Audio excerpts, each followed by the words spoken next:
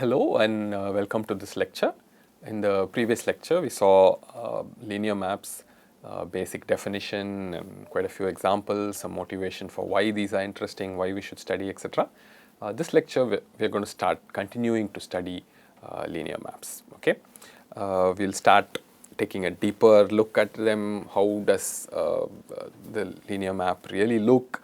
And what are the important objects associated with the linear map that we should study in particular? What is this null space? What is the range? And more importantly, fundamental theorem of linear maps, right? So, sounds like a very big result. Nobody would call it a fundamental theorem.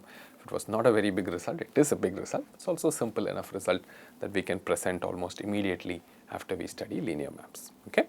So, it's beginning to study linear maps. We'll keep on doing this more and more and more, and by the end, I hope you will have a really good understanding of what linear maps are and how they work in a vector space from one to the other, how to think of it, how to work with it, and etc. etc. Okay, so let's go on.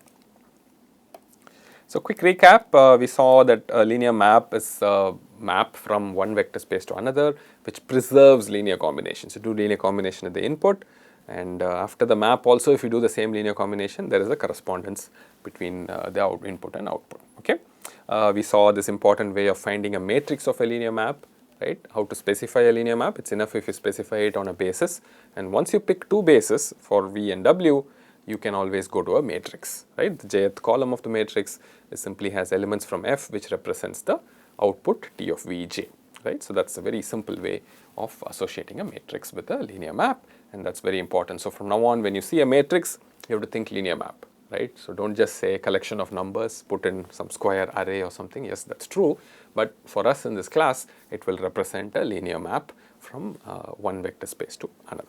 Okay, that's what it is. Okay, so the first object that we will study associated with the linear map is something called null space. Okay, so once again, just to back up a little bit, you have a linear map, you have that picture, right? So you have that one ellipse mapping to another ellipse, right? So I want to study what the linear map does in more detail, right? So does it do, study a part of it? I mean, what it does to some things, does it do anything special, or how do I, break it up and sort of study it in a systematic way? That's what we are doing slowly. So the first thing that we want to study is, right, if you have a linear map, what are the vectors that the linear map pushes to 0 at the output? Okay, so that set of vectors is called null space. It's denoted null of T, okay, and that's the definition, set of all inputs which get mapped to 0 by the linear map. Okay, so this looks like an interesting object, and it turns out it's a fundamental object to understand the linear map. To understand a linear map, you have to know its null space. Okay, so to understand its properties, we have to know its null space, and that's the first definition. Okay, and it's sort of also intuitive why this would be important, right? If there's a bunch of vectors that the linear map is pushing to 0, you can imagine any linear combination within that will also get pushed to 0. So something interesting is going on here. So if you can understand this null of T, then you made a big first step in understanding what your linear map is doing, right? So this is the starting point. So let's look at a few examples before we go on. Okay, first example we saw was the 0 linear map, right? So we saw the 0 linear map. What did the 0 linear map do? It simply said took any vector and put it out to 0. Now the null space for this linear map is very easy. It's the entire vector space V, right? Then we also saw the identity linear map, right? So identity linear map, remember, it goes from V to V itself. Every vector is mapped to the same thing, right? So for this, you see that the null is only the 0, right? It's the trivial 0 set, right? So no other vector will get mapped to 0 because every vector is getting mapped to itself. Okay, that's easy. What about differentiation? Okay, so we saw polynomial differentiation as one of the examples of linear map. What about differentiation? When you differentiate, what are the polynomials which get mapped to 0? Those are the constant polynomials, right? So the set of all constant polynomials that gets mapped to 0. What about multiplication by x squared? We saw this example. So when you multiply polynomials by x squared, which polynomial will get mapped to 0? Okay, that's again 0, right? So there's no non-trivial polynomial which when multiplied by x squared will suddenly give you 0. It should have been 0 in the first place, right? So that we know just by product. Here's an interesting example, right? Like I said, this Fn to Fm type example is what's most interesting for us, and that's what will give you nice things to work with. So here's the simple one, t of xy is x plus 2y, it goes from f2 to f, right? So that is what, I mean, if you want to do null of t, I want to look at set of all inputs which give me x plus 2y equals 0, or x should be minus 2y, or if you want to write it differently, y equals minus x by 2. What object is that? That's a straight line passing through the origin, y equals minus x by 2, and when x is minus 2, y becomes 1, right. So that's the span of minus 2 comma 1. Okay, so hopefully you can see that. So this example, if you want me to annotate it out for you a little bit, if you look at this guy, x equals minus 2y, that's the same as minus 2 comma 1, the line passing through minus 2 comma 1, right. So that's the line. Okay, so that's this line. So you can see x plus 2y will be 0. Okay, that's the line, right. So x plus 2y equals 0, isn't it? So that's that gives you the null space for t. So simple examples like this, as you keep complicating things, you will get more and more complicated, maybe linear maps, how to find null space, etc. We will see as we go along, but this is how you think of a null space. Okay, given a linear map, what are all the vectors which get mapped to 0? Okay, some books also call it kernel, but let me also draw another picture for you to keep in mind. So in case you want to visualize what this is going on, what is going on here. So you have V, you have W, you have 0 here, right? And then inside V, there is this set which we call null T, and under T, everything in null T gets mapped to 0. Okay, so that's sort of a picture, if you want, you can keep in mind. Okay, so these pictures are important. They don't really convey too much, but some people find it easier to remember pictures. So the null or the kernel of a linear map simply is the set of all the vectors that get mapped to 0. Okay, so it's important enough to understand. Okay, here's another example. T of x, y, z is x comma x plus y. Okay, so looks a little bit more tricky. So I want x to be equal to 0. I also want x plus y to be equal to 0. Okay, so when will that happen? That will happen whenever both x and y are 0, right? So if x and y are not 0, that's not going to happen. So the null of this is simply 0 comma 0 comma z, where z is the any number. So z becomes this becomes the z axis. Okay, so you can imagine if I have x, y, z going to x comma x plus y, and if I want x to be 0, x plus y to be 0, clearly x should be 0 and y should be 0, and z could be anything. I don't care what z is. Okay, so the null space of this transformation is simply the z axis itself. Any point on the z axis gets mapped to 0. Okay, so you see, I mean, it's maybe looking to be a little bit interesting. There is this given a linear transformation, it looks like the object which maps the subset which gets mapped to 0 is something interesting, and yes, it is, and we will study more properties of it in the next slide. Okay, so so the first property that we'll study, this slide says null space and injectivity. I'll come to injectivity soon enough, why injectivity is important, we'll look at it. But first let's look at a very simple and elegant property of a null space. It turns out if T is a linear map, okay, null of T has to be a subspace of V. Okay, it's not just a subset. In the previous slide I defined it as a subset, and it turns out null of T for a linear map is actually a subspace. In the example, you can go back and see if you want all the examples for subspaces, it turns out that's a general fact. Okay, any linear map, then its null space is a subspace of the domain, subspace of V. Okay, the proof is really actually very simple. If you have two vectors in the null space, u and v, okay, you take any linear combination au plus bv and hit it with t, what will happen? You get a t of u plus b t of v. T of u is 0, t of v is 0, clearly that's also 0, it will belong to the null space. Okay, so any linear combination of vectors in the null space also has to be null space. Okay, so this gives you this very simple proof that any linear map has to map 0 to 0. Okay, if it does not map 0 to 0, it will not be a linear map. Okay, and this is proof for that. It's sort of, I mean, there are maybe multiple ways to prove it, but this is one of the corollaries of this fact. Okay, so null space has to be a subspace. Okay, so this picture that we drew before, okay, we had this V and there is this thing that was going to 0. That little set, the null space of T, has to be a subspace by itself. It will have a basis. You can describe all that, right? So it has to be a subspace. Keep that in mind. Okay. Here is the next interesting property of a map. Okay, so we said, okay, we're studying linear maps. The first property we'll study is what are all the vectors that get mapped to 0. Okay, that was the null space. We studied that. The next property of a linear map I might be interested in is it injective? Injective, another word for injective is one-to-one. Okay, what is one-to-one? Any map you want to study, one of the properties you want to study is it one-to-one? One-to-one meaning, that's the definition given here. When is T from V to W injective or one-to-one? Whenever you have Tu equals Tv, then U has to be equal to V. Okay, so this is sort of a technical sounding description, but one-to-one is a good picture to have in mind, right? You have a U, it goes to Tu, there is no other vector which will also take you to the same Tu. Okay, so any other vector, you go to some other point only. There's no question of two vectors going to the same vector. Okay, that's what is one-to-one. That is injectivity property. Is that okay? Hopefully you understand this. So you have a linear transformation from V to W. I'm worried about. I want to define and find out when is it going to be injective. Okay, when is it going to be one-to-one? That's an interesting property for a map, right? So you want to know whether it's one-to-one. Can there be more than one vector which gives you the same vector at the output, right? So these are interesting things to ask. Okay, so a bunch of examples are given here. You can see identity is one-to-one, multiplication by x squared is one-to-one, but the 0 map is not one-to-one.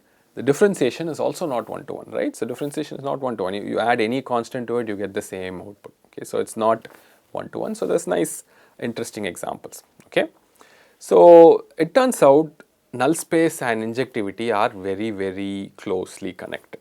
Okay, the null space sort of controls the injectivity of the entire map, and that relationship is given next. Okay, so it's a wonderful and simple relationship.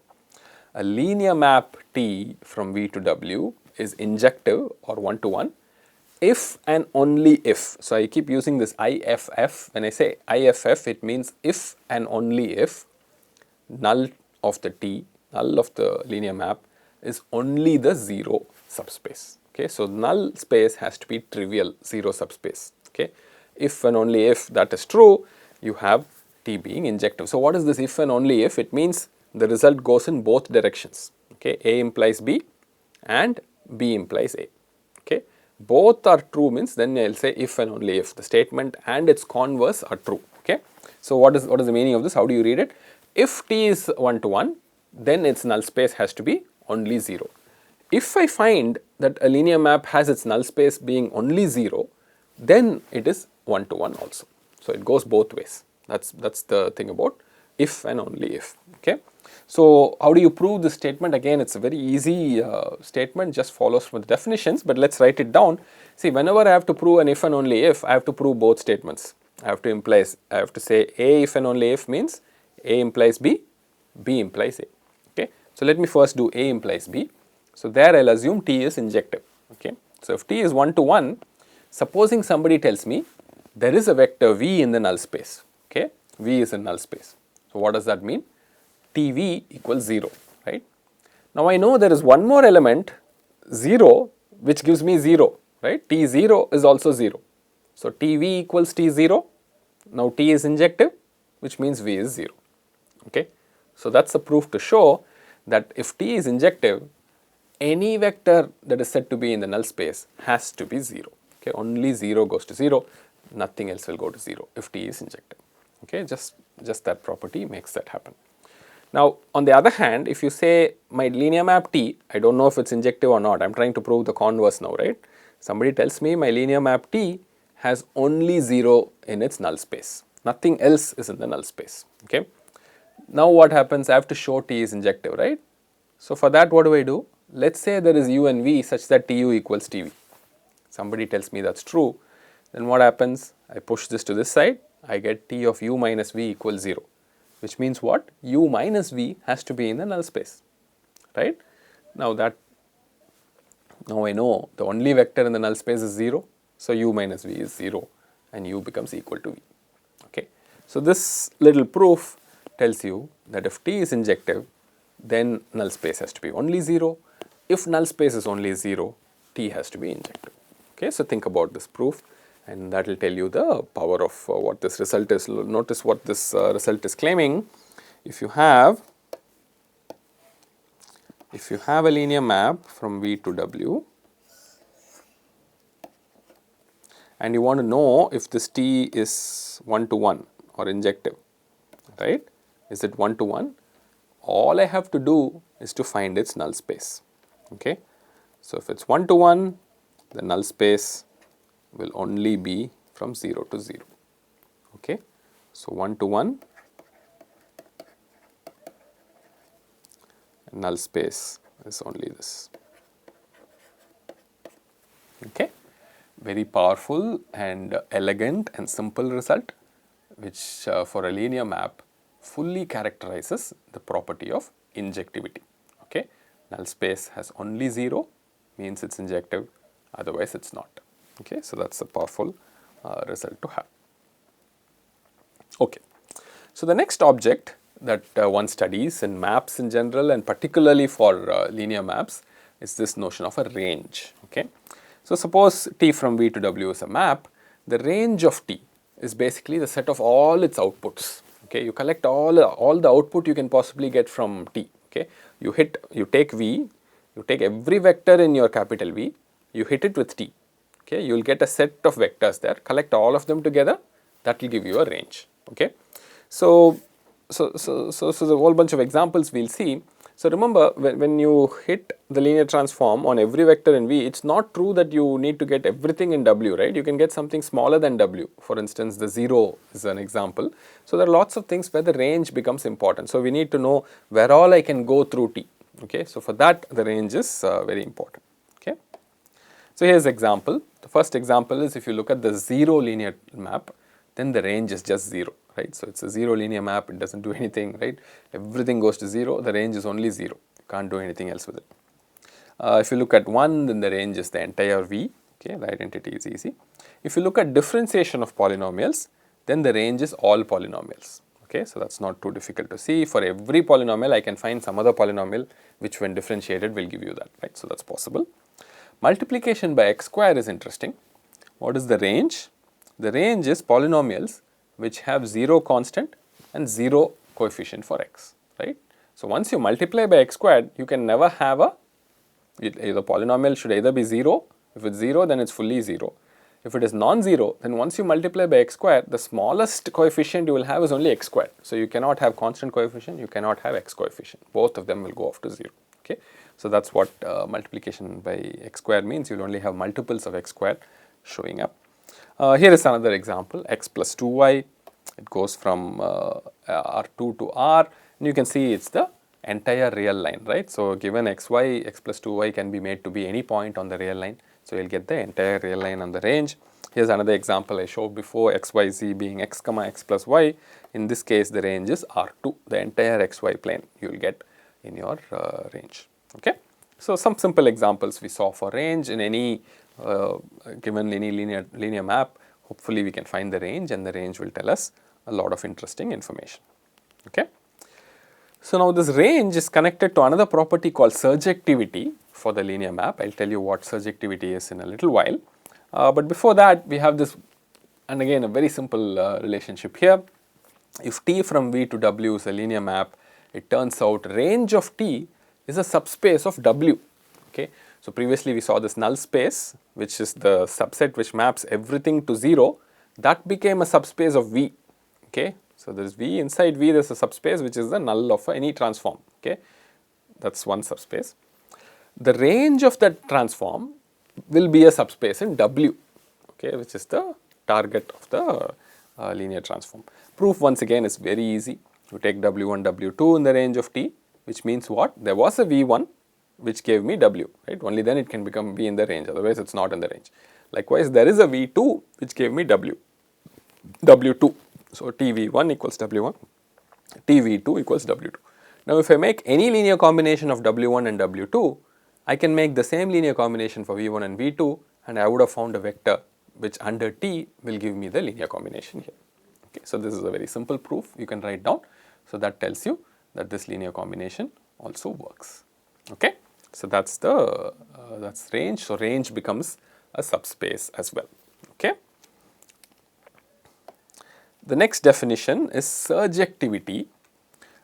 For a map T, it is said to be surjective, or there is another term for it. It's called onto also. A lot of people call it an onto map. A map is said to be onto if the range of T is equal to the entire W. Okay. So, I'm taking from going from V to W. If my range under T is the entire W, I can go to any vector in W under the T, then that map is said to be surjective. Surjective is also called onto in some math literature. Okay. Here are some examples. Identity is surjective, differentiation is surjective, 0 and multiplication by x squared are not surjective, T x plus 2y and x comma x plus y are surjective. Okay. So, within the range that they want, they go everywhere. Okay. So, let us draw this picture once again. This picture I keep drawing again and again. It is a good picture to sort of understand linear maps. We are studying this, we are studying the same object and this studying more and more detail here. Okay. We started with some arbitrary linear map. Now, we know there are all sorts of interesting results here. There is this null which takes me to 0 here, and there is this range which is again a subspace. Let me put 0 here, again a subspace, and that is where the entire V comes. Okay. So, this is a linear transformation T, this is null T, this is a range of T. Okay. Hopefully, that completes the picture of a linear transform in your mind. We will draw much more interesting pictures of how linear transforms will look. Eventually, there are so many ways to view it, so many interesting properties, but as it is, we already have very nice properties, right? So, any linear transformation will look like this. There is one subspace inside V which maps everything to 0, and on W, if you hit the entire V with the T, you get another subspace which is inside W. Okay. So, this is the thing. And what is injective and surjective? The map is 1 to 1 if and only if the null space is is just 0, trivial, and the map is surjective if and only if the entire range is equal to W. Okay. So, this is surjective, injective, and null space and range. Okay. So, that's about range. Now, here is the fundamental theorem of linear maps. Okay. So, it is a wonderful result which ties up all that we studied together and gives a very nice way of understanding what a linear map is. Okay. So, it gives you a very, it's quite interesting, it's got a lot of nice applications, people use it quite often, that is why people call it a fundamental theorem. Okay. So, I do not know if you have studied other fundamental theorems, or maybe you did not remember the names. There are two other fundamental theorems that you must have studied by now. One is fundamental theorem of algebra, look it up, try to find out what it is. Another is fundamental theorem of calculus, try and look it up.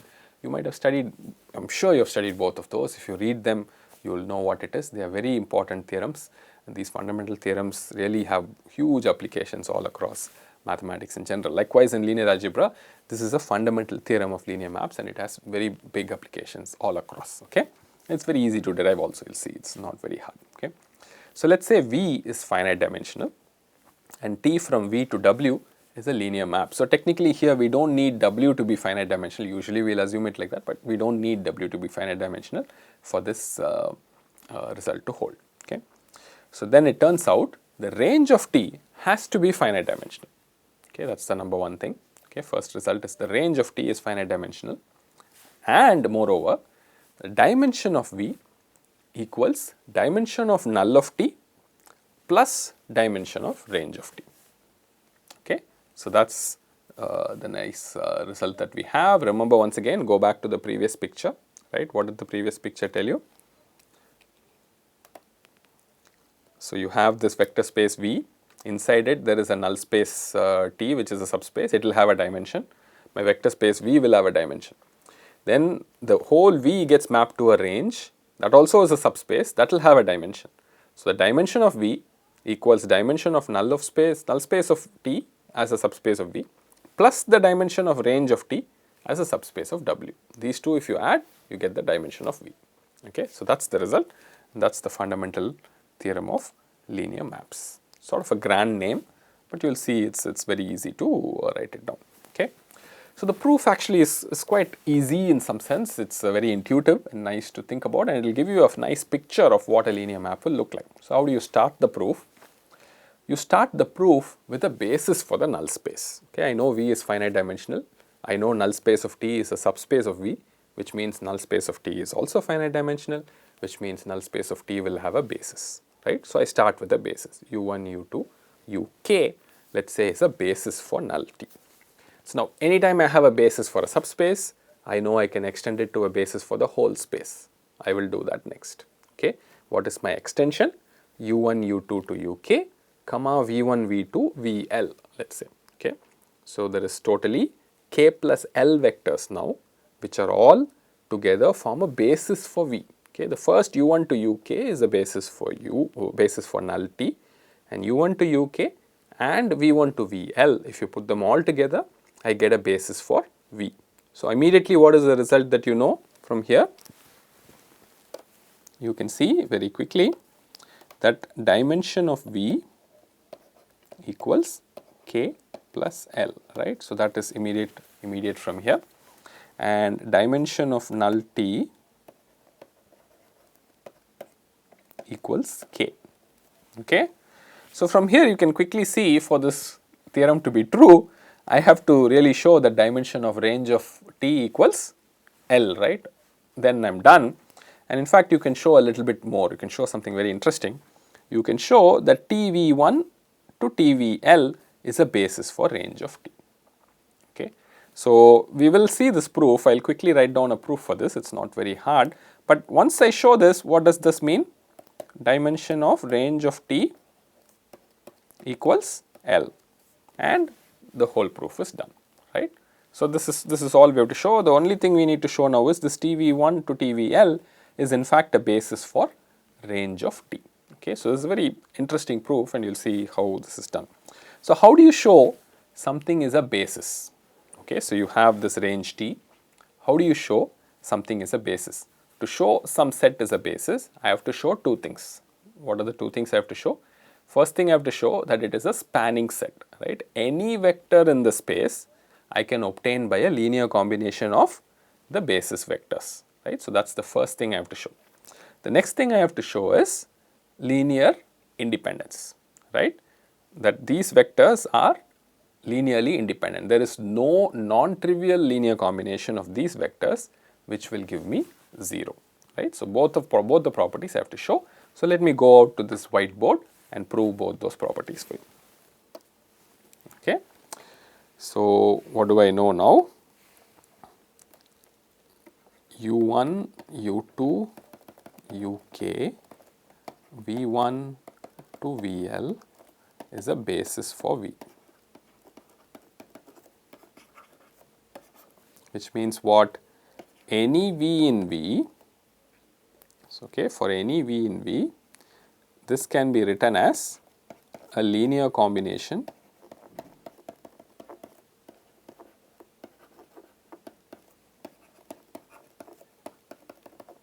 of these vectors. Do you agree?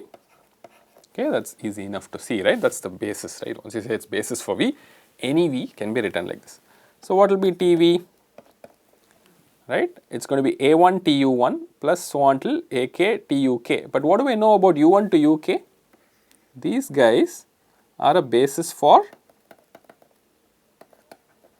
null T. And what does null T do? Null T makes any vector 0, right? Any vector in the null, it will go off to 0.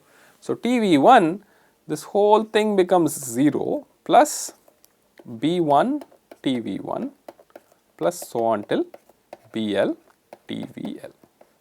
Okay. So, that implies TV is in the span of TV1 to TVL. Okay. So, I have shown the first property that I want, right. When I want to show that TV1 to TVL is a basis for range T, I have to show that any TV, right, for any vector V in my original domain capital V, TV should be in the span of TV1 to TVL. I have already shown that, right. So, that comes from a simple property. The next property is what? I have to show linearly independent property for TV1 to TVL. Okay. Now, suppose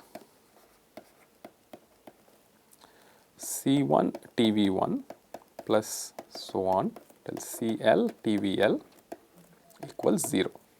Okay. Then what does that mean? Push the C's inside, CL VL equals 0. What does that mean? That implies C1 V1 plus so on till CL VL belongs to null T, right. So, any linear combination if it is zeros and then T times this vector C1 V1 to CL VL is actually 0, which means that vector is in the null space of T. Now, what do I know about null space of T? U1 through UK is a basis, which means C1 V1 plus CL VL is in the span of U1 to UK, okay, which means this must be equal to some D1 U1 plus dk UK. Now, what do I know about V1 VL U1 UK? These are linearly independent. Okay. So, that implies Ci equals 0 and Di equals 0. Okay. All right. So, this means that this set TV1 to TVL are linearly independent. Okay. Go through this proof once again. So, supposing there is a linear combination of TV1 through TVL equals 0, then I can rewrite it as T times the linear combination of V itself being 0, which means that particular linear combination of V should be in the null, which means that particular linear combination is in the span of U, but unfortunately or fortunately all these guys are linearly independent. So, which means all these coefficients are 0, which means the original thing was linearly independent. Okay, a simple enough proof. Like I said, it's quite easy to write down this proof, but you get a very, very powerful result, which is this fundamental theorem of linear maps. Okay. The dimension of V, the domain, equals the dimension of the null space plus dimension of range of T. The fact that range of T is finite dimensional sort of came through in the proof. I did not try to write down a very detailed proof for you, but it's quite easy to see how once I show a spanning set, clearly it's also finite dimensional. Okay, so that's something that came out of that point in the proof. Okay. All right, so this is fundamental theorem. So fundamental theorem has to be a little bit more powerful, right? So let's see what light it sheds on the linear map. Okay, so let's see, once you know the fundamental theorem, can I understand the linear map better? In fact, the proof of the fundamental theorem is very, very strong illustration of how a linear map works. Okay, you go to the null space, find its basis, everything there gets mapped to 0. Now, if you extend that basis to V, you have a wonderful way of understanding the linear map. Okay, so let me elaborate that picture for you in the next slide. Okay, so how do all linear maps work? Okay, so the proof of the fundamental theorem, in my opinion, gives you a nice window to look at a linear map and understand what it does. Okay, so I'll draw a little picture, but before that, let's also do this. Okay, so you have the null space of T, which gets mapped to 0. You have a basis for the null space, you extend it to get the extension, which is the basis for the whole vector space V. Okay, so let's do that. So we have this vector space V and this vector space W, and inside that I have my U's. Okay, U1, I'll draw them all together here up to UK, and then I have my maybe I should draw them in another color. Then I have my V1 through VL. Okay, I am drawing them slightly differently. It's okay. It's not a very badly representative picture. VL. Okay. Now, what happens to all these guys? All these fellows get mapped to 0, right? They are in the null space. Okay, U1 through UK is a null space. Okay. Now, you have the null space, and then what are the vectors in V which are outside the null space? Right. So that's how you think of extension, right? So think about extension. How do you think of extension? I think of the null space first, and then I think of vectors outside the null space. I try to find one linearly independent vector V1. Okay, so that's there. And then you look at vectors of the form AV1 plus vectors from the null space. Okay. So all of those guys get mapped to this TV1, right? Do you agree? So you have the V1 getting mapped to T of V1. If you take linear combination of V1 with any other vector in the null space, also you will get the same TV1, right?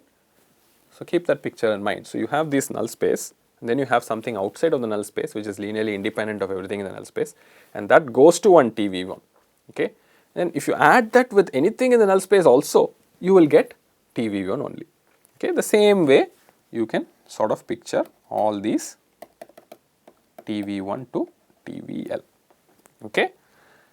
Right, and these are linearly independent vectors. This V1 to VL is linearly independent. TV1 to TVL is also linearly independent, right? And together, all of them form the range. Okay, so these guys, maybe I should just draw a blue picture. So this was the null, right? This part is the null. This part gives you the range.